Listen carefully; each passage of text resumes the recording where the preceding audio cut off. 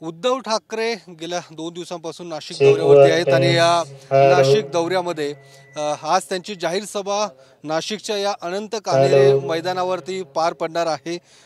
खासदार विनायक राऊत या जाहीर सभेची नेमकी काय तयारी आहे त्याचा आढावा घेत आहेत।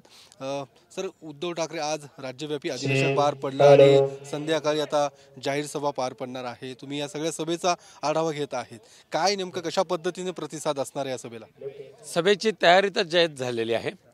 संपूर्ण नाशिकच नव्हे तर समोर उत्तर महाराष्ट्र आणि संपूर्ण महाराष्ट्रामध्ये संपूर्ण शिवसेनामय झालेलं वातावरण आहे। उद्धवजी ठाकरेंच्या प्रति जबरदस्त ताकद वाढते आहे आणि आजचं सुद्धा आमचं एक खुलं अधिवेशन आजच्या हे सत्र दुसरं आहे, त्यामुळे पूर्णपणे मैदान ओसंडून वाहेल अशी मला खात्री आहे। आजच्या सभेच्या माध्यमातून लोकसभेचं रणशिंगच फुंकलं जाईल असं एकूण चित्र आहे। नक्कीच की 1994ला सुद्धा विधानसभेवर आपली सत्ता आणायचं घोषणा हिंदू हृदय सम्राट बाळासाहेबांनी केली होती।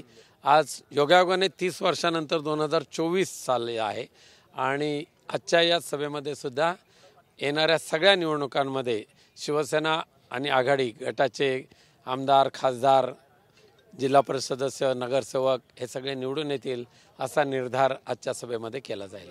दुसरं, सकाळी उद्धव ठाकरे यांनी शिंदे गट असू दे यावरतीच भाजप असू दे यांच्यावर टीका केली। यावर बोलताना शंभूराज देसाई म्हणते की शिवसेना खरी शिवसेना आम्हीच आहे, ओरिजिनल शिवसेना आम्ही आहोत, हिंदुत्वाशी कोणी प्रतारणा केली। बाडग्यांच्या अवलादीला शिवसेनेवर बोलण्याचा काय अधिकार आहे?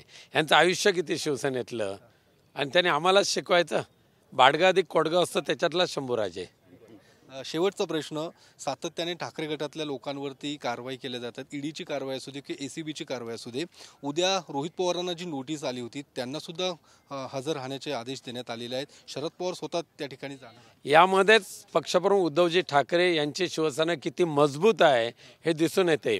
येणं केनं प्रकारेनं अनेकांवर ईडीच्या धाडी टाकल्या तरी हे शिवसेनेचा आग्या मोहोळ जो उठलेला आहे तो कमी कसा होत नाही हा त्यांच्या मनामध्ये पडलेला प्रश्न आहे आणि म्हणून जेवढं काही जणांना त्रास देता येईल तेवढं देऊ दे। आज सर्वांनी निर्धार केलेला आहे, ह्या त्रासाला सामोरे जाऊन आपली शिवसेना उद्धव बाळासाहेबांच्या पाठीशी भक्कमपणे उभं करायची आणि ह्या गद्दारांना आणि ह्या मुजोर सत्ताधाऱ्यांना मातीमोल करायचं। धन्यवाद सर। तर या संपूर्ण तयारीचा आढावा खासदार विनायक राऊत घेत आहेत आणि याच अनंत कान्हेरे मैदानावरती शिवसेनेचे जे कार्यकर्ते आहेत ते ओसंडून वाहतील अशा पद्धतीचा विश्वास विनायक राऊत यांनी या ठिकाणी व्यक्त केला आहे। कॅमेरामन अभिजित पिसेसह योगेश बोरसे, TV9 मराठी, नाशिक।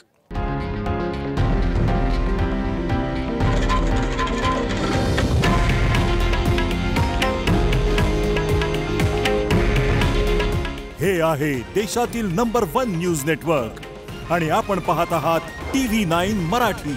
काळजी तुमची, हित महाराष्ट्राचं।